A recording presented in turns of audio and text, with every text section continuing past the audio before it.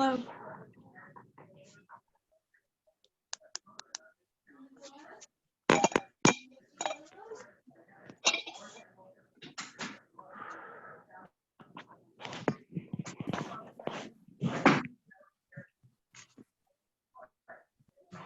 Hi, Margaret.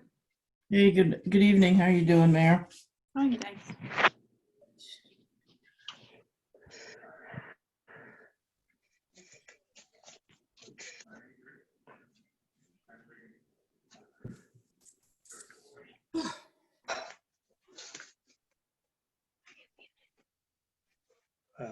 I'm doing it on my phone.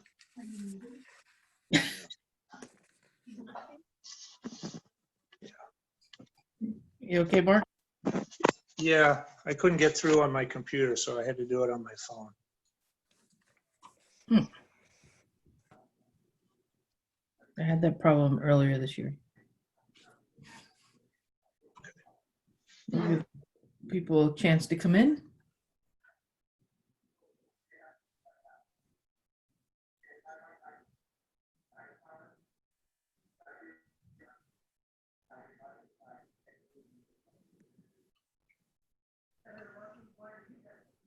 I think we're missing Brad and Todd.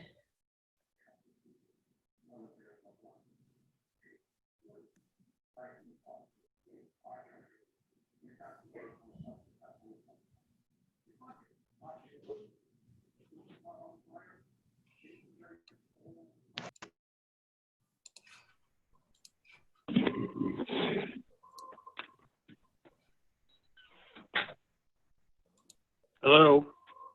Hey, Todd. Hi. We had some difficulty getting logged in on the iPad, so I'm sorry I'm on my phone. That's okay. You're not the only one, so you're okay. We all had a little difficulty tonight. Yeah. We'll just give Brad a few seconds to get in.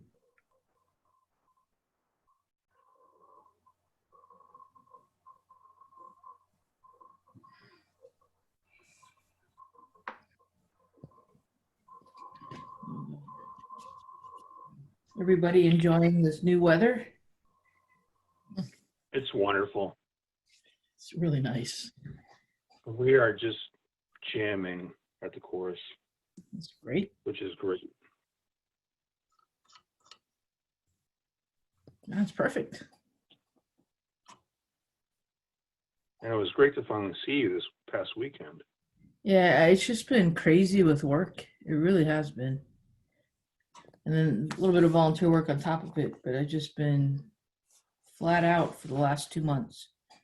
So it is nice to be back, without a doubt. Yeah, yeah.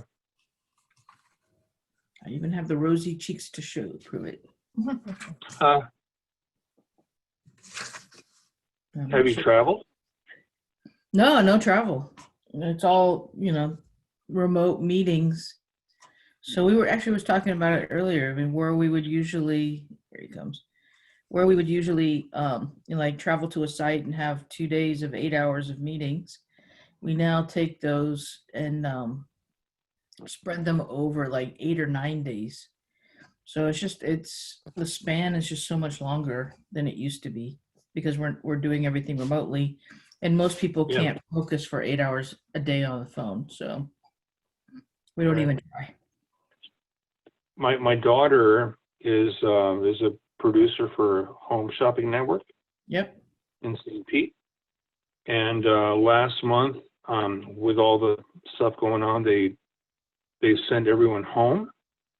Mm-hmm. And on the campus there in St. Pete, they had something like 12 or 13 buildings. They sent everyone home, and they said, we don't want to see anybody until at least September 15. Wow. And they've shut down all the buildings except for one, and the productivity has gone up. Yep. And so now they're talking about, we might not even come back. It's crazy. Yeah, we might just, my daughter's in electronics, Mm-hmm. and electronics is kicking it. And so they said, there are several divisions that we don't even know that we're going to bring you guys back. Interesting. Crazy. Well, I'm sure you've heard about Google and Mhm. Facebook. They've sent so many, home to work from home, and productivity has not dipped. It's Yeah. actually increased. And so it's entering in a whole total different dynamic. Yeah, that's a whole discussion I would love to have with the mayor at some point. The future of the work environment and the impact No, on that's right. towns and cities. And I'm concerned with the future of the classroom. exactly. I'm more worried about Oh, keeping the kids safe. Yes. no, that's right. And my wife is a school teacher, and she's a kindergarten teacher. Oh, boy. So that's really problematic. I mean, there's no way to social distance those little kids. And So I do get called out by my neighbor across the street who's a kindergartner to come and help with her science experiments. I get to go do that, which is fun. yeah, right. Apparently, there's a car around town that the owner of the car wrote on the back of it in paint, "You lied. My child is not a pleasure to have in class." Oh, that is hilarious. I love that. That's perfect. That's funny. So did we get Brad? Not yet. All right. I think we should go ahead and call the meeting to order and get moving here. So we'll call the meeting to order. First agenda item is a review of the meeting minutes from May 4th. Any comments, thoughts, changes?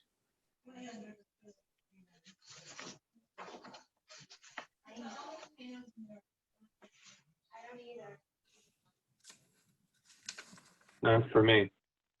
Okay. So can I get a motion to approve the minutes? Move to approve. Second? Second, Dave Bauer.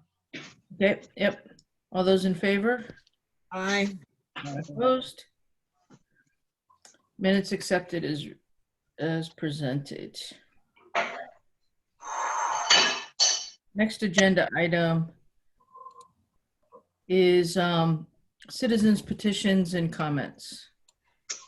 Yeah, Margaret, I sent an email or a copy of an email out this afternoon, and I saw Ms. Ritter's name pop up under participants. And so at this point, Okay. I think she has the ability to speak and address the GAB board directly. Okay.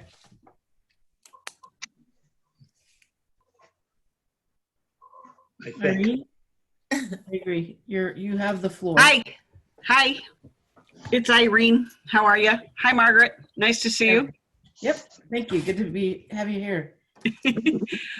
I hope all of you have had a chance to address me and my husband's emails and our concerns. We were not against the professional opinion that the trees needed to come down on the 11th fairway, but yet it's resulted in an extremely dangerous situation. And the town did drastic measures to take these all down within 3 weeks, and I had to sit and listen to 3 weeks of chainsawing, which was really unpleasant, as we all did. And now, there was it didn't seem like there was a semblance of a plan. Like, couldn't you have cut half the trees down, planted some trees, cut some more trees, planted some more? I think there were other options available to what happened. And now my husband's me and my husband were standing next to our neighbors at our end of our driveway. And my husband almost got beamed by there was nothing to stop the ball. It landed 2 feet behind him. Thump. I mean, it was drastic. my neighbor's been walking his dog and saw our house get hit yesterday. Now, in the email, I must say, we're only addressing the times we know our house was hit.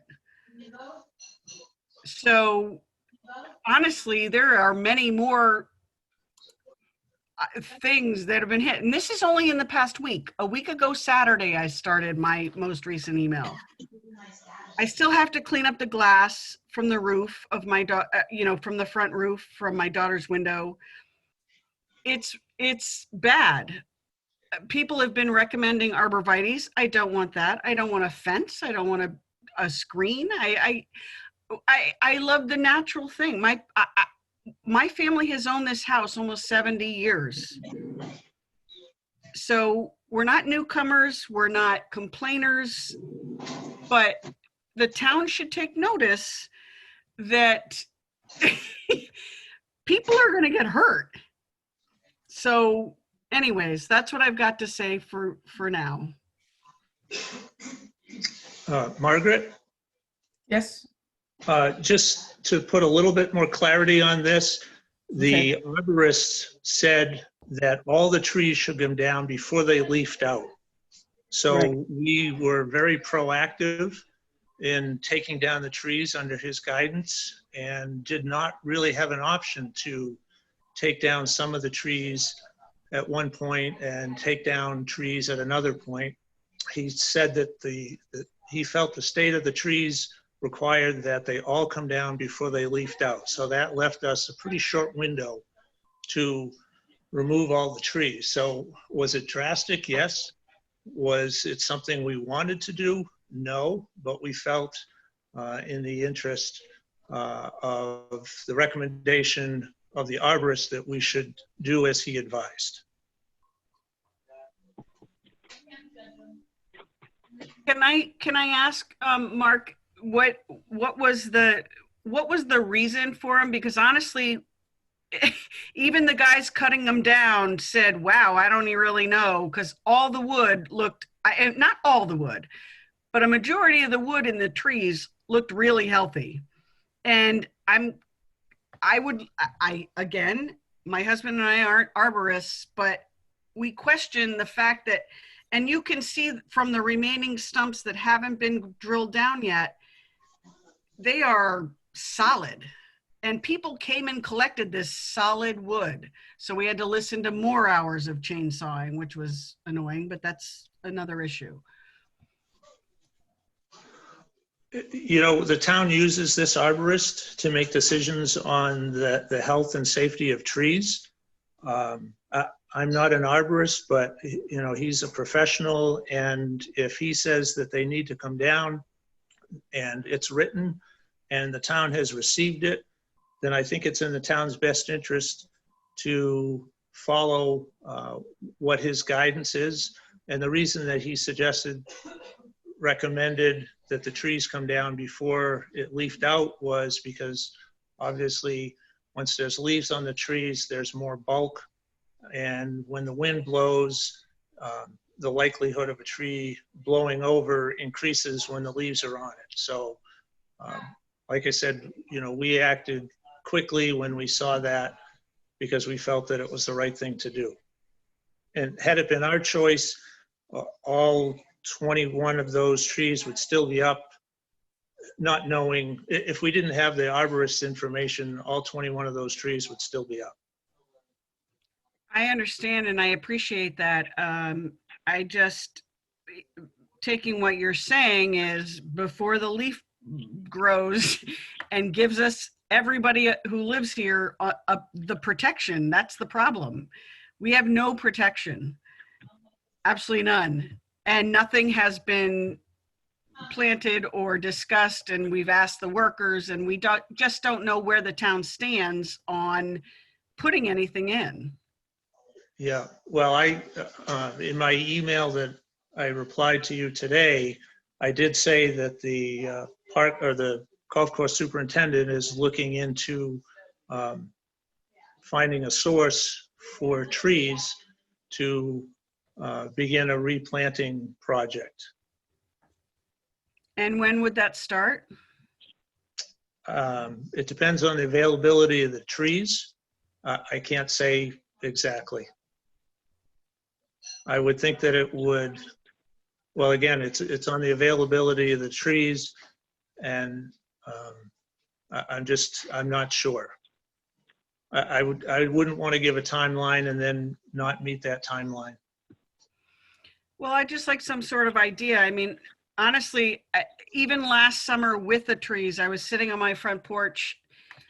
On the left side of my front porch, which is the fairway side of my front porch, behind our huge bushes that have overgrown over the past 30, 40 years and almost got pelted with the trees there and our bushes. So there's a safety concern that I think should be considered town-wise.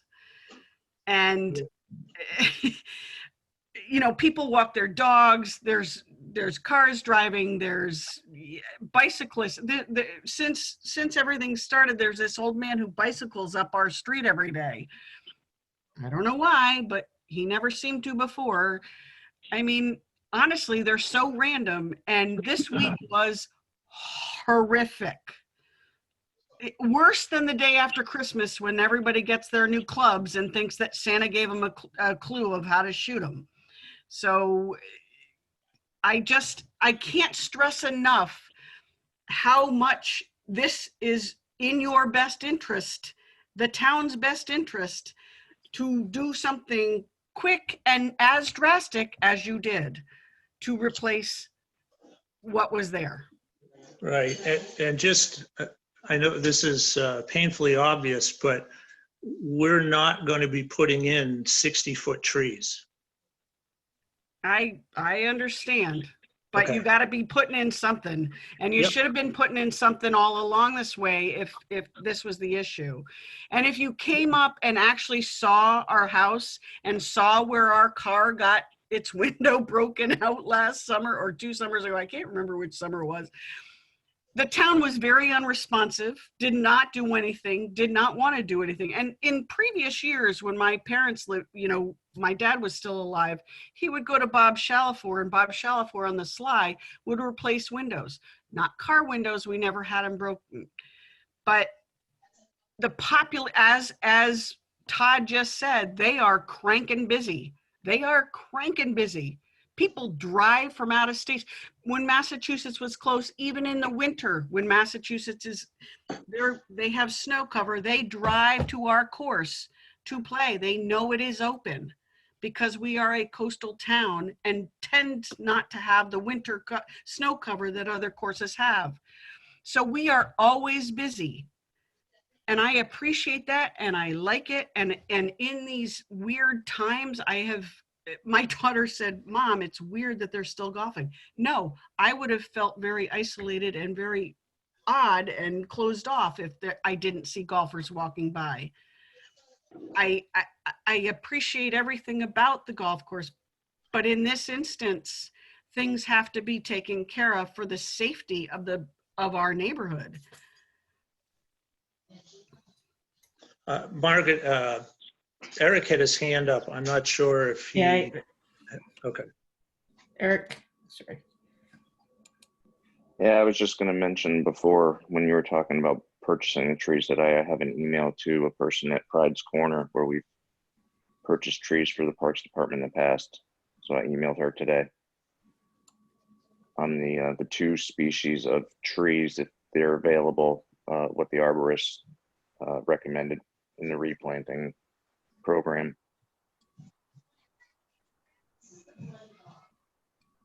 So I think as soon as we have that information, we can develop a better timeline of when we'll be able to start putting in some new trees.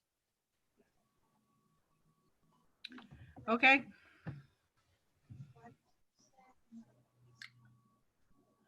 Can I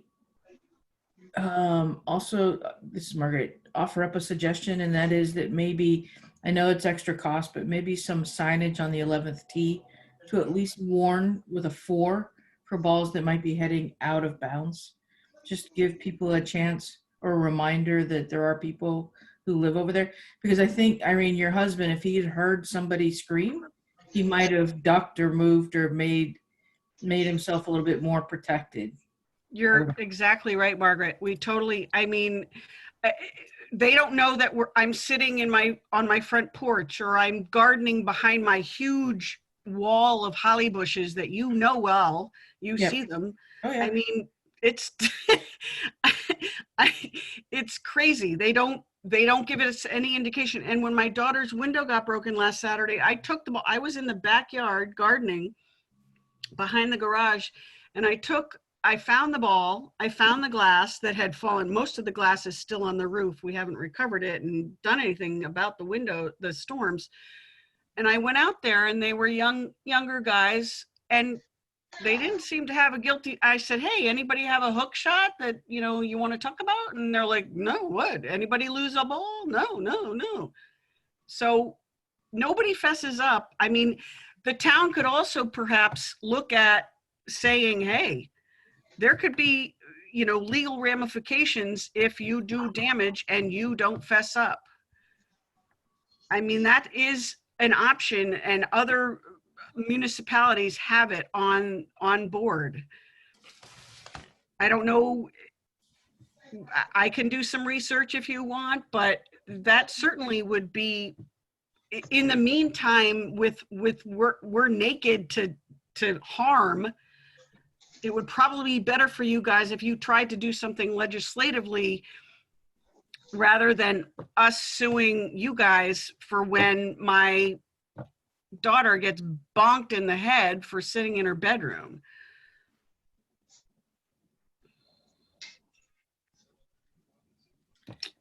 I think we can probably look into, what you mentioned, some other municipal courses are doing. I think we could look into that. I'm not sure if someone doesn't fess up to doing something. I'm not sure how we proceed with any proceed with prosecuting somebody if we don't have anybody come forward to say, "Yeah, I did it." But maybe, like unless- Margaret suggested, with even putting a sign out warning, Sure. Like Margaret suggested, hey, at least say 4. Right. Yeah, sure. And then if you hear a glass shattering, or ouch, or hey, or somebody comes out at you, and, Yeah. say something or do Right. something. I mean, are these adults or not? Does anybody take responsibility for themselves anymore? Yep. And Mark, I'm going to suggest we had this conversation, Mayor Grantowski, probably about 2-3 years ago, right? I think you brought forward a similar situation. Mark, did we do any research on that at that time that we might be able to go back and take a look at, save a step or two? I don't actually recall that we've had this discussion about what other municipalities are doing, and as far as prosecuting somebody that causes damage. We do have signs up, reminding golfers in a number of different places, but all the signs in the world, if someone isn't going to be truthful, putting additional signs up is not going to, Right, I agree. And the only reason I would suggest it for here is that this situation on 11 is a little bit new. Sure. The trees were there, now they're not there. So just I believe there's a sign by the first tee. Used to be a Yep. sign in the pro shops, which none of us have access to. So, just another gentle reminder by the 11th, new situation, trees are gone. You hit it out of bounds, take some responsibility. Irene, by the way, if you find a yellow ball with like soccer ball marks on it, it's mine. Oh, that's mine. I didn't know you were able No, to. I hit 2 out of bounds there on Saturday, so. I put that basketball in my bag with all Would my that Pro be V1s. There is not a room in our house that doesn't have golf balls in it. The good news is I don't have the strength to carry it all the way to your house. It would be like rolling under your holly bushes. I mean, I think we have always considered the golf course a good neighbor, and I feel we're a good neighbor. We don't ever really make a fuss. But this situation has dramatically changed, as this week showed you and us through my email. So something has to change quickly. And Yeah. I would think it's in the town's best interest to realize that. Oh, I think we do. And we're working on a solution Okay. or a step towards a solution. Okay. Thank you.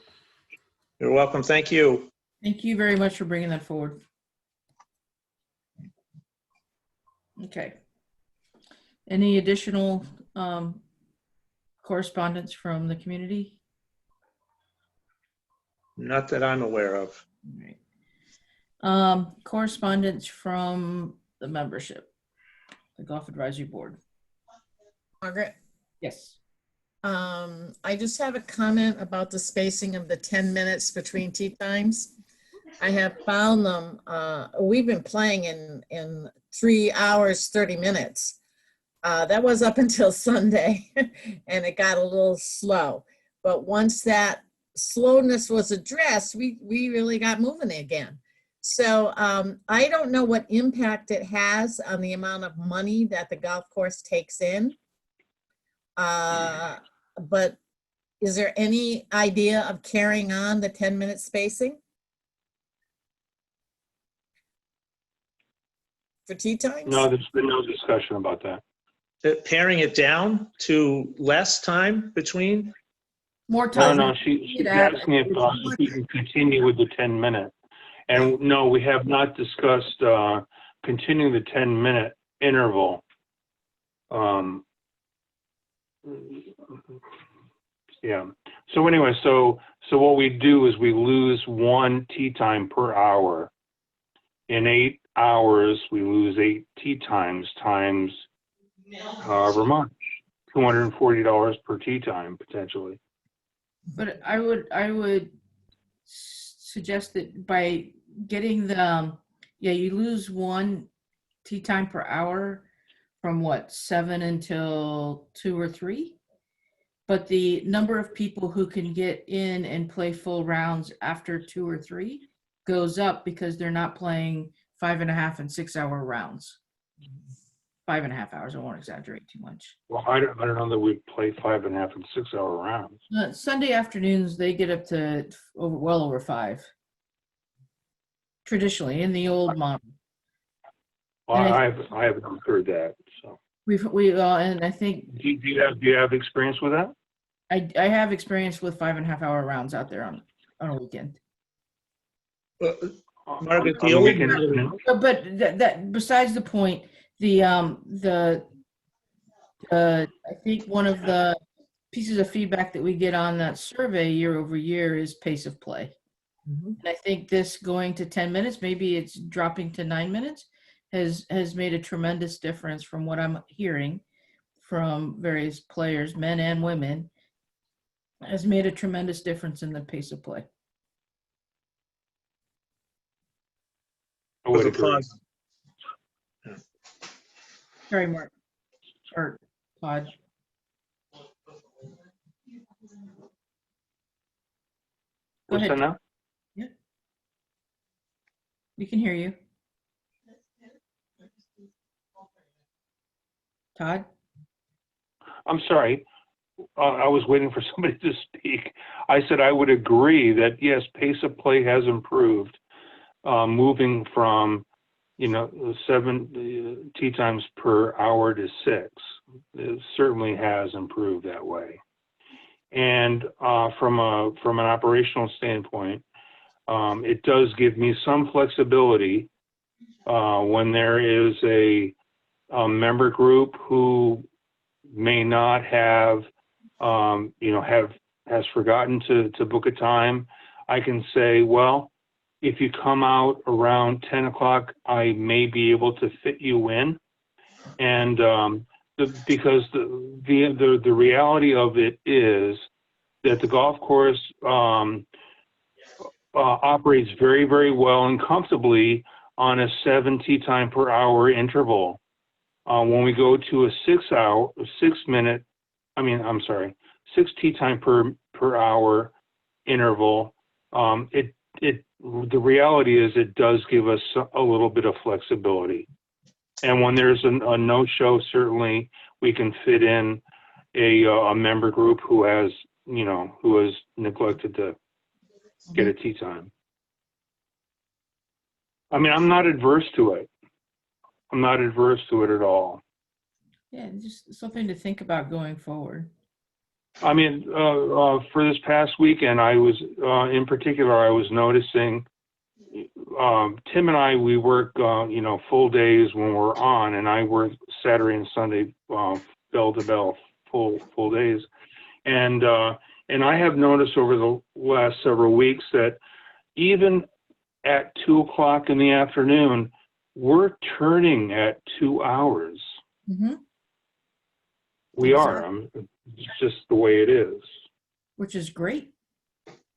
It is, and also you can make I could make the argument that if our customers know that in the afternoon on the weekends that they can still play close to 4 hours in the afternoons on a Saturday or Sunday, then that is good for business.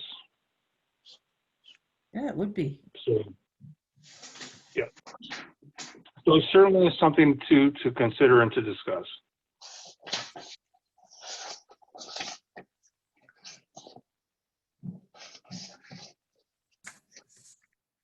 Anyone else? Any other board member correspondence or communication?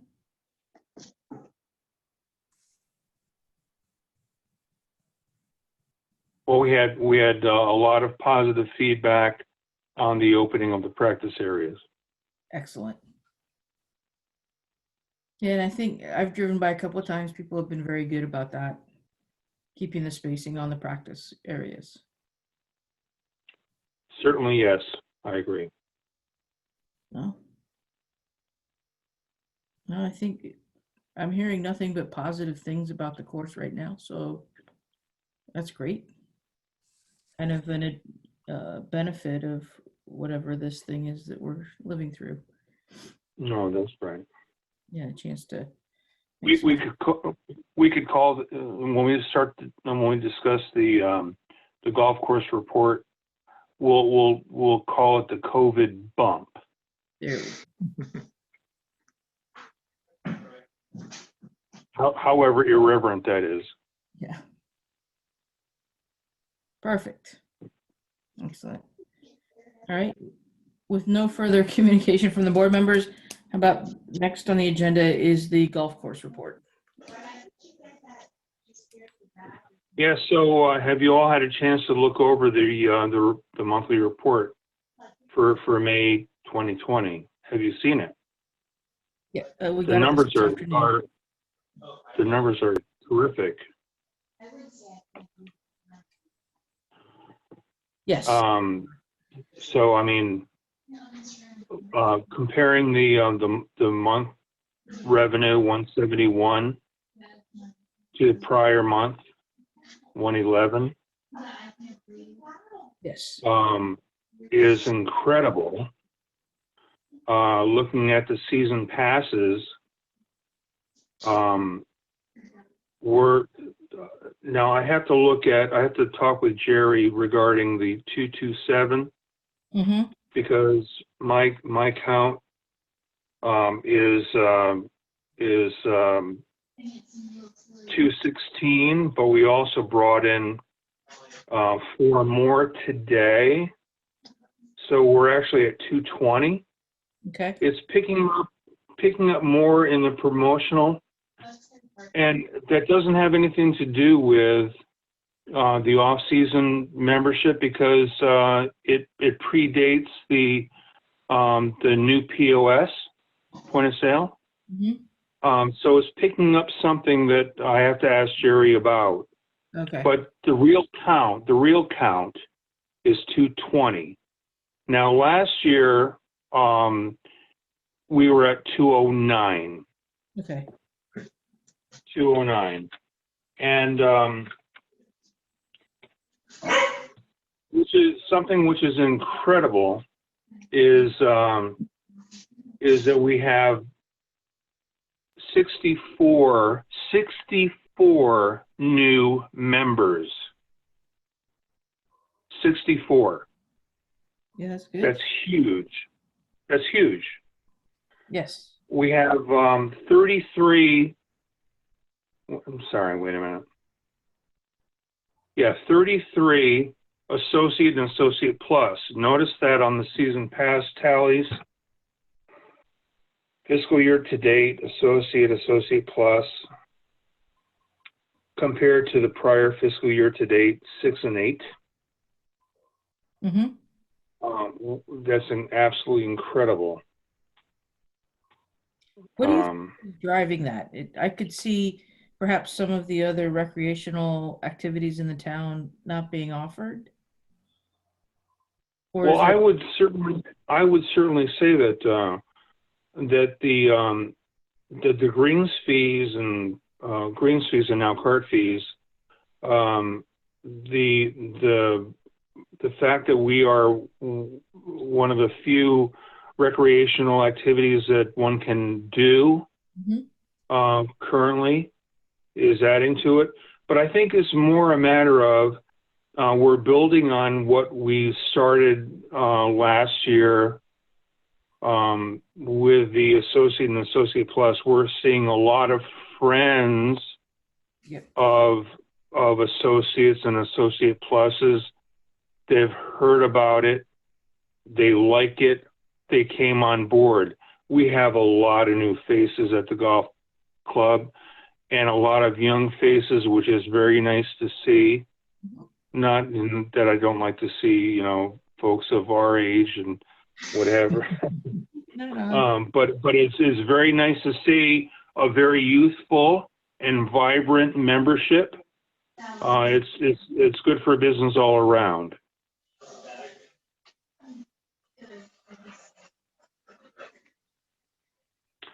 And then, Margaret, you had a question regarding the dollar per round figure, which is at the bottom of the page. Yes. That is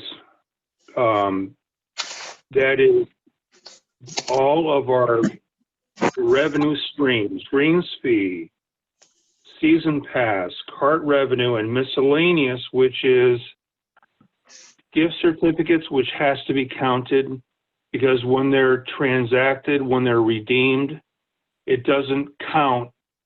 We don't double count the revenue. So it has to be counted in that way. So we have to count that. But then there's also the Par 4 rent, which is also included in the revenue, miscellaneous revenue. And it's divided by the greens fee round and season pass rounds. And there might be a question in some of your minds about counting the rent figure with the miscellaneous, but I'll have to say that in argument that the golf course pays for the water and pays for half of the sewage and pays for the electrical, and so if the Par 4 is paying into our fund, then why should we not count it? So anyway, that's my rant on that. But anyway, so that is how the revenue per round figure is figured. So, Todd, this is Dave. Relative to season pass numbers, when they get their season pass, they have to pay the whole thing, pretty much, right? Correct. So how do you split it up as they go? In other words, they're not gonna, if you predict that they might do 50 rounds, they're not gonna do that in week one. So how do you know what they've really spent. Well, it's on a year, a fiscal year to date basis. Okay, So it's going to be spread among, along the fiscal year. So we really don't have to make a specific accounting about that. But you raised a good point. I mean, we can split out some different interesting numbers. We can take the season passes divided by the season pass rounds and find out an average round per season pass. That might be an interesting number to look at. We could do that. Might be something interesting to look at. But as far as figuring out the average round revenue per round, it's all a matter of the fiscal year to date. And so, they pay their money today and it counts for the fiscal year. And well, there we are. So it accounts for itself over the course of the year.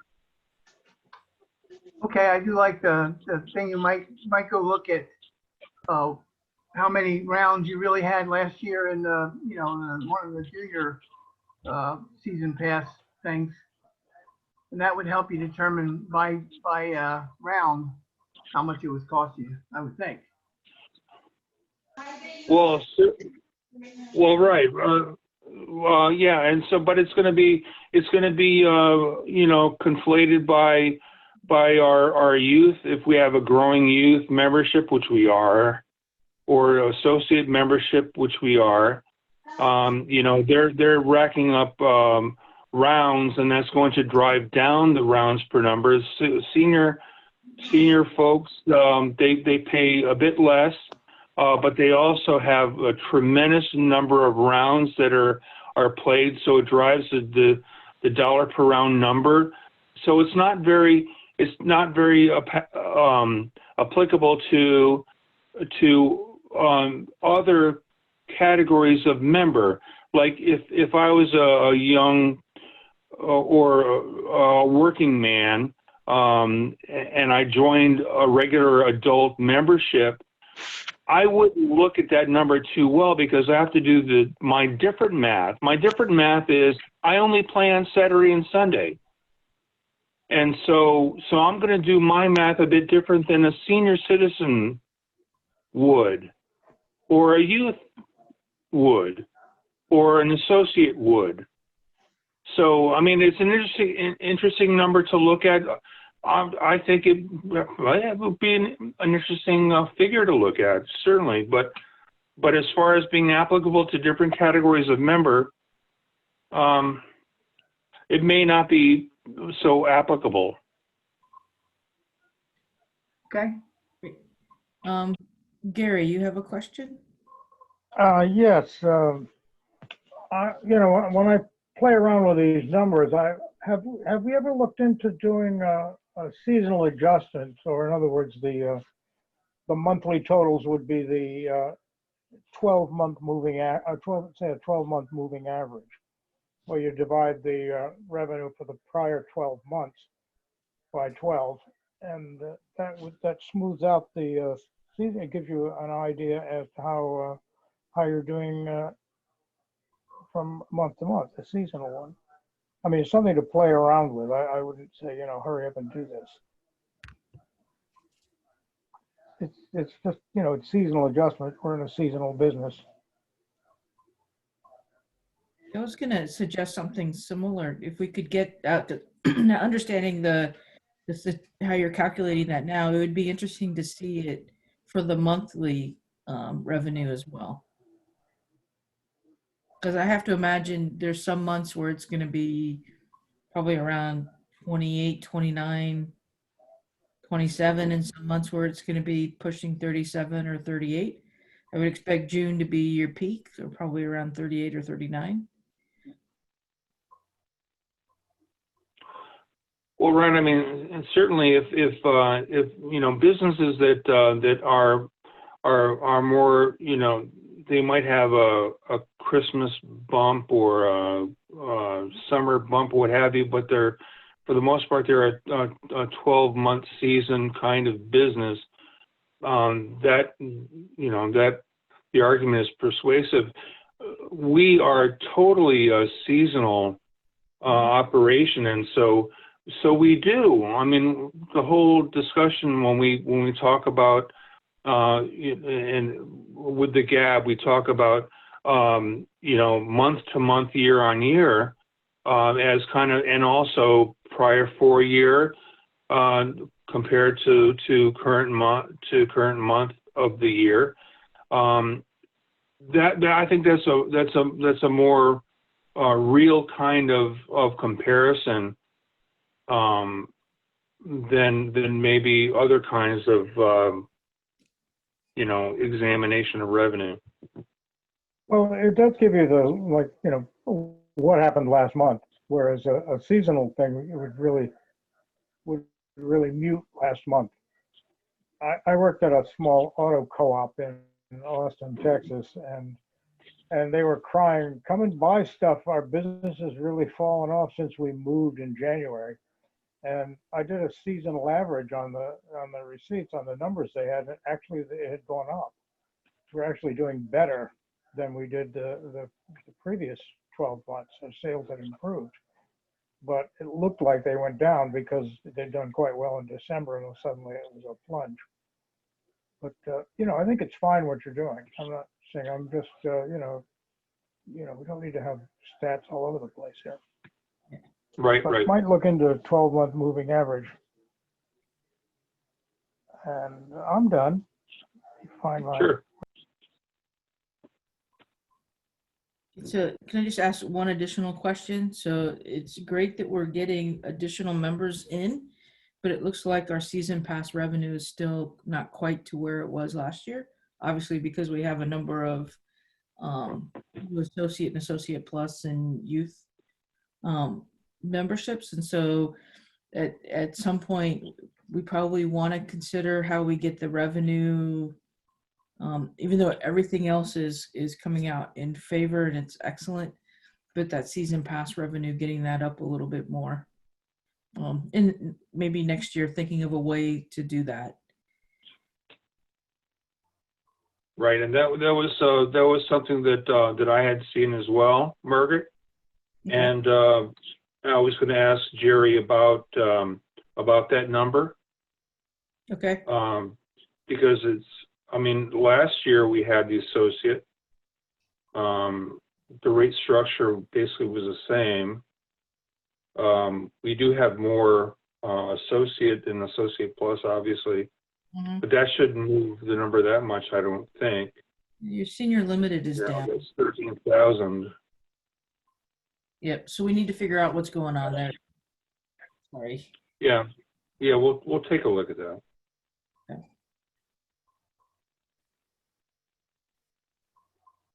But greater numbers are better for the club. It's better for cart rental revenues too. Yes. And also continuity of that revenue stream. That's good. No, I think a lot has gone very well this year, despite everything going on. So, all good.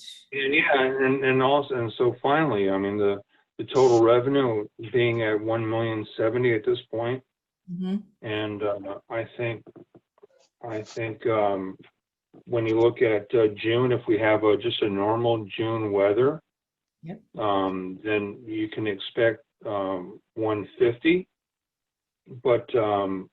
But then we also have our snowbirds coming in. Like we had 4 memberships sold today because some of the snowbirds came in and bought, and the fact that the golf advisory board had decided that they were going to that we decided that from the moment up until the end of June, from the moment that you join, you get 1 year from that day, is very, very persuasive. Yep. And has swung the day for at least half a dozen that I've seen. That's great.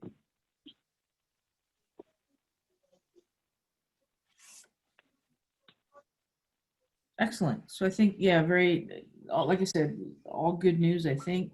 Just a few little things to continue to keep our eye on and figure out, but thank you very much for that. Any other questions? Well, next on the agenda, the marketing report. Margaret, I felt like you were throwing me a softball when you asked the question, what do you think is driving the increased membership? So one of the things that I intend to do is put together a survey and actually ask all of the new members why they joined, how they heard about it, and what prompted them to do it, either through friends or whatever. So I will send out a draft of that survey once that it's complete, just so that everyone will have a chance to look it over before it goes out. But I think, with 60 plus new members, I think it's worth trying to find out what is driving that, and that will provide us some insight perhaps into further steps that we can take to continue to see this trend.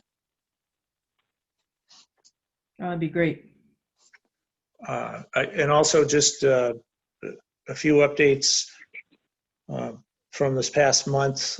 Our number of followers on Facebook has increased by 24. We're now at 1,181. We've had a number, in addition to the great posts that Eric does on Throwback Thursday, we've had some other posts that we've put out there over the last week, and we've had reached quite a few people by these various posts. So interestingly enough, the post on the 27th of the USS Eagle, Yes. that got a considerable amount of engagement. Some of the other things that we've done haven't received quite as much, but just constantly, or consistently, not constantly, consistently putting posts out there, reminding people about Shinnecossett has certainly helped us, and there was a great article in the Day that hopefully everyone had a chance to read. We posted a link to that article, and Audubon International recognized Shinnecossett recently for their efforts. And so those kinds of things we will continue to do, throughout the golfing season. Excellent. Speaking of the Bark Eagle picture. Oh, yes, there it is. There it is. Yeah, it's moving very slowly, though. Upstream. Mark, Dave, anything on drones? The use of drones? The use of drones at the golf course is extremely difficult because it's in the flight path of the Groton New London Airport. Sean from the library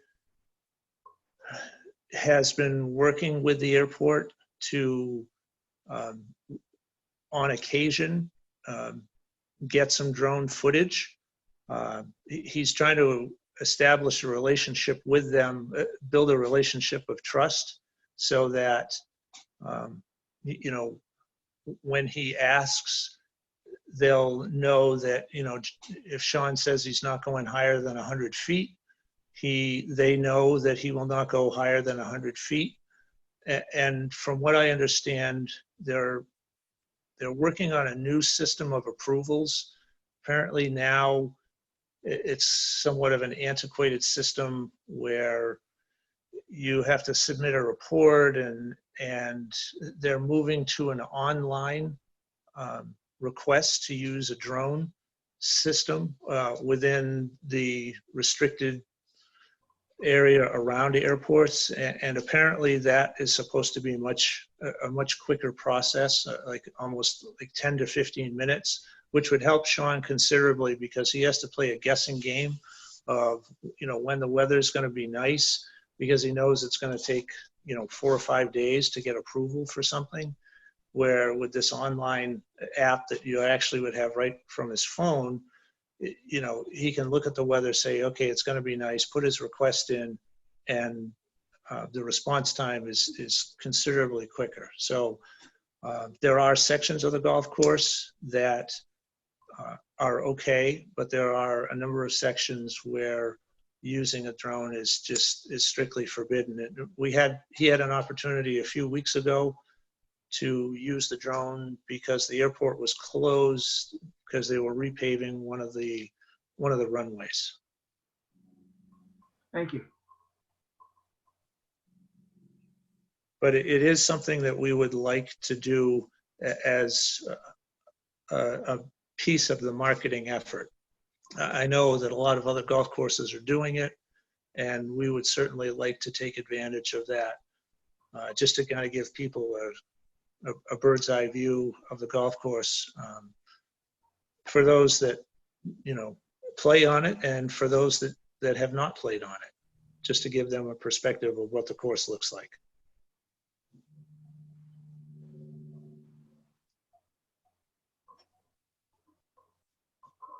Excellent. No, I liked it. It was a cool video, that's for sure. All right, next topic. If there's nothing else, thank you, Mark. That was actually good, more than I expected. Operational updates for COVID-19. Yeah, I don't know, Todd, do you want to take this one? Sure. So we've hired on 3 new ranger to our staff. We have 8. We have we have 2 shifts per day. We have 8 to 2 and 2 to 8. Every cart is sprayed with sanitation solution before it goes out and after it comes back in. At the end of the day, when the closer ranger puts the carts to bed, all the carts are sprayed down with the solution, and we're doing it. We're very sensitive to it. We're also informing our customers of the carts that are sanitized. Sometimes, being that we have single rider carts, and say we have 3 foursomes in a row going out, that's 12 carts going out, and so that's a large number of carts coming in, and so we direct our customers to the carts that have been sprayed down, have been attended to. We're very sensitive to the carts that are not yet treated. Our staff knows that. They set them aside until they're put into place and then sprayed down. So we're doing it, and I'm very proud of our guys that are picking up the additional responsibilities. Margaret, I have a question. Yes, go ahead. Statement more or less. There seems to be some confusion as to what you do with a cart when you're finished with it. Some people are told to put it right back in line. Other people are told to put it over by the flagpole and just leave it there until it gets taken care of. Yep. There doesn't seem to be any consistency in what's going on. Well, some of our rangers like to do things a little bit differently. I tell the people that ask me to leave them in place, and then I tell my on-staff ranger to go ahead and take it to, take it to the back of the line, and then to sanitize it. A couple of our rangers like to have the guys, the people, customers, set them aside over by the flagpole. Really, I don't mind that, as long as we know that every cart is being sanitized after they play and before they go out. So, no, we don't have, no, I have not. I mean, this is new too. You know, we're only 2 weeks into running carts.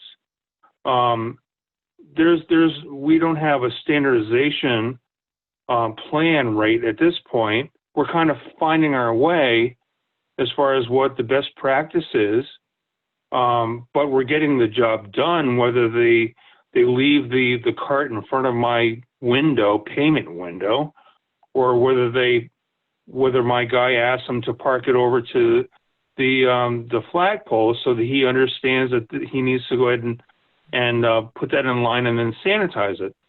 I mean, either way, the job is getting done. But Sydney, I mean, to your point, I'm sure that in the next couple weeks, whatever, we'll find a best practice for getting the job best done.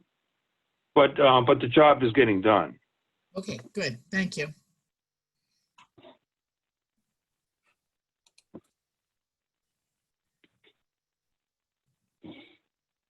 Excellent. Eric, I guess I have just one question, and that is, are there any next steps or phases that we're aware of with recreation in the town of Groton, in particular with the golf course, or are we just kind of in a status quo until we hear something? Yeah, I'm not sure if Eric is still with us, but the Connecticut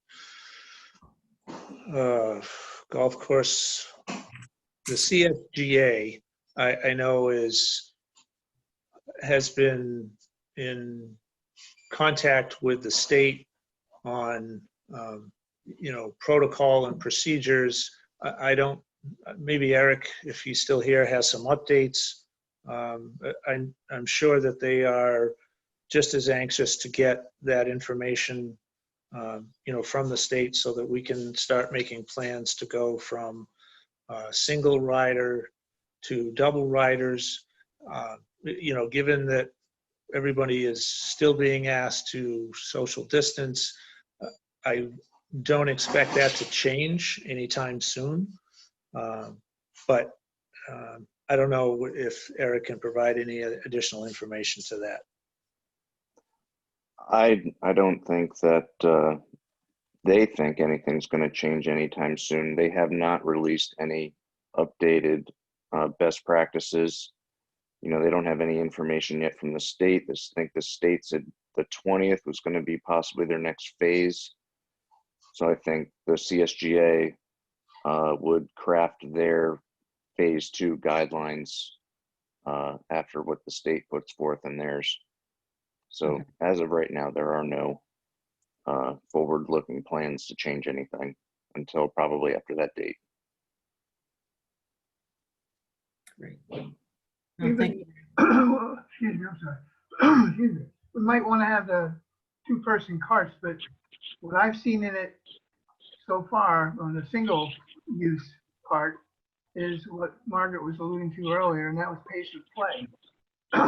When you have 2 people in a cart, both have to go the same way unless they hit it in the same exact spot. But the single-use, my apologies, the single-use cart does seem to me, when I am engaged in it, to pick up the pace a lot. Good point of interest, that's all. Right, certainly. And I agree with Eric. I don't see anything happening until sometime maybe in August, if then. I'm not holding my breath on that either.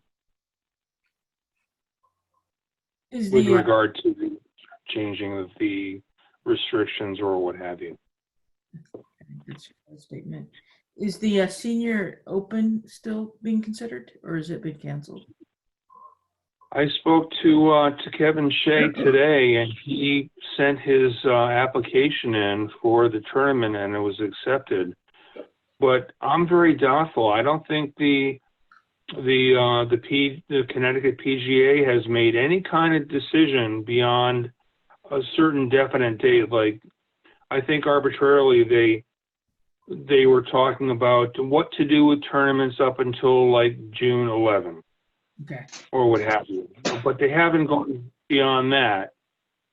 And I think it's very doubtful that if they're going to bring in senior golfers from 14 different states or 15 different states to compete in a tournament and be around. Well, certainly they're not going to have any volunteers from my staff, but going into a scorer's tent, interacting with with other golfers or what have you. I'm very doubtful about that. But no, I have not heard anything from the PGA. I'm sure they're watching the same thing you are and making decisions as they go as well. So Sure, I agree. Can I ask a question, please? Of course, Mayor. Thank you. I was just going back to the carts. I was just wondering, is there a disadvantage to keeping it as single person per cart? Well, it increases the cost of a cart round. Instead of sending 2 carts out for a foursome, you're sending 4 carts out. It doubles the cost of the round for a cart to go with gas costs and all of that. And also, we only have 70 carts. And so we haven't run out yet, but we're burning through the whole fleet very, very quickly every single busy day, which is just about every day. So the cost to operate the cart, I understand that that's going to be higher. Yeah. But we're not recouping that cost in the rental fee for the customers? No, we have not done that. No, because I mean, if suddenly, if at some point the state decides that single cart riding is not a requirement or not suggested, and that we can start running 2 riders per cart, and all of our competition is running 2 riders per cart, and we're still running 1 rider per cart. It's just not really any reason why we should stick to that. I do agree that there is a time saving, sure. Time saving when you have single riding carts over having 2 riders, like Dave said. But I don't think that that's something that once we're given the green light to go back to double rider, then that will be a good thing. Let me just say that we do have 4 or 5 times each day, at least on the mornings that I'm working, Saturday, Sunday, the busier days, that when people ask me, I'd like to pay for 2 on a cart, can we ride together? And I say, no, you cannot. It has to be, each person take their cart. And the person says, well, it's my wife, and we live together. And I say, I'm sorry, we can't do that. And 5 or 6 times on a day, they'll say, well, then forget it. We'll just go ahead and we'll just walk. So we lose sales having the single rider thing. We have brothers that live together, father, son that live together, that decide to walk instead of the idea that they have to take their own cart. They want to ride together. Golf is a familial. It's a friendly game. They rode to the golf course in a Cooper Mini, and they have to go ahead and they have to take their own carts. So I think that once the state and the CSGA decide that we can do double riding. I think this is the best way to go. Thank you. It doubles the amount of wear and tear on the golf course as well. 'Cause now you have 4 carts in every group driving everywhere they shouldn't be driving, through the fescue, near the greens, near the tees. It's really a logistical nightmare from my perspective. So I definitely would not advise keeping that in motion if we're allowed to go the other way. Yeah, that's where my head went. I was curious about, I don't know if you would call it damage or not, but as you stated, the wear and tear on the course, and I don't imagine they just stay on cart paths, so. They do not do what they're told most of the time.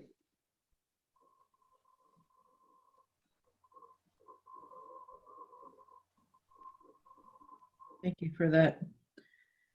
Great questions. New business, customer service at Shenny.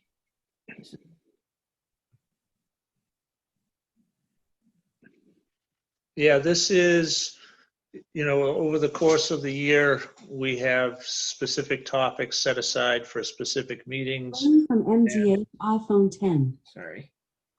And the customer service at Shennecossett is the subject for the June meeting. So that's why it's on the agenda.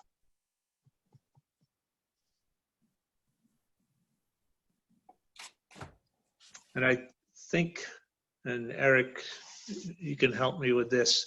I don't think we did a survey last year, a customer satisfaction survey last year. When we originally started, we were doing it every single year, and now we've gone to every other year.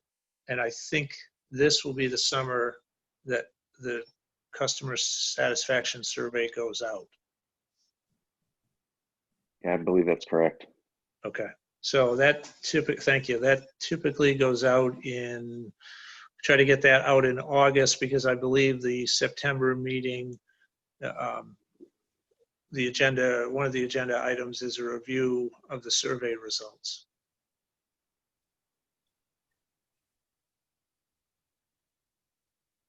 Okay. Which would be terrific because customer service is totally blown up with this COVID-19 stuff. Or it's And the fact that the shop is locked. Just throwing it out there. yeah, no, it's going to be very interesting to see what the perception. But I mean, but as far as my staff and in our interaction with our customers, we're all about that. I'm not preaching I am preaching to the choir. We take that very, very seriously, and we pride ourselves on how we interact with our customers, and we try to make our customers and our members feel very much belonging to the club. And so anyway, we do it. If we do it this year, that's terrific. I think that over the last year's mark, we've shown fairly well. Have we not with the customer service? Yeah, I think it's been pretty consistent. I don't remember out of a ranking of 1 to 5, 5 being the best, exactly where it is, but it's certainly in an area that we'd like to see it. Is there room for improvement? Absolutely. There's always room for improvement. Always. But overall, my recollection is that it's a very good score. It seems that people will be happy with you just because they have a place to get out of the house. So they may just be so thrilled to be out and about and having some semblance of normalcy that you might get, much better than you're expecting. I don't know, that's what I would hope, at least. Yeah. Oh, I think you're totally right. Absolutely. I think we'll be surprised. And again, we may be able to take advantage of some changes that have been made that we identify as being successful and incorporate them permanently. And there may be others, like the carts, don't get incorporated permanently.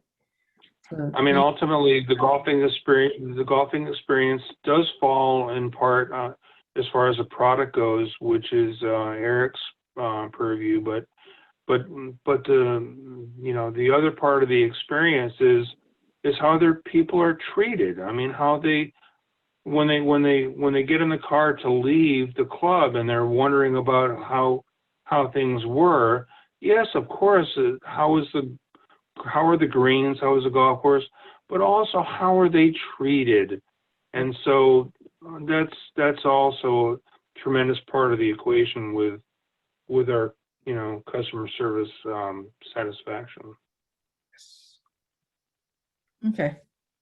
So Mark, let us know if you need any help with it, if you're going to go out with the same set of questions we went with last time, which I think we're a whittled down set. As we've gone through different iterations of the survey, some of the questions have changed. I try not to change them too much, just so that we can kind of track, we're asking the same questions so that we can kind of track historically, because I think this will be like maybe the fifth or sixth one that we've done. I think so. And so I think it's important to be consistent, but if we do need to tweak some questions, that can take place also. Well, I think we tweaked questions the last time around. I recall that we did, and I think what I'll do is I'll send a draft of the survey out probably in July for folks to look at, so that we can get it out in early August. So if there's going to be any changes, we've got enough time to incorporate those into the next version of the survey. Excellent. That's good. Thank you very much for that update. Any additional questions? If not, can I get a motion to adjourn?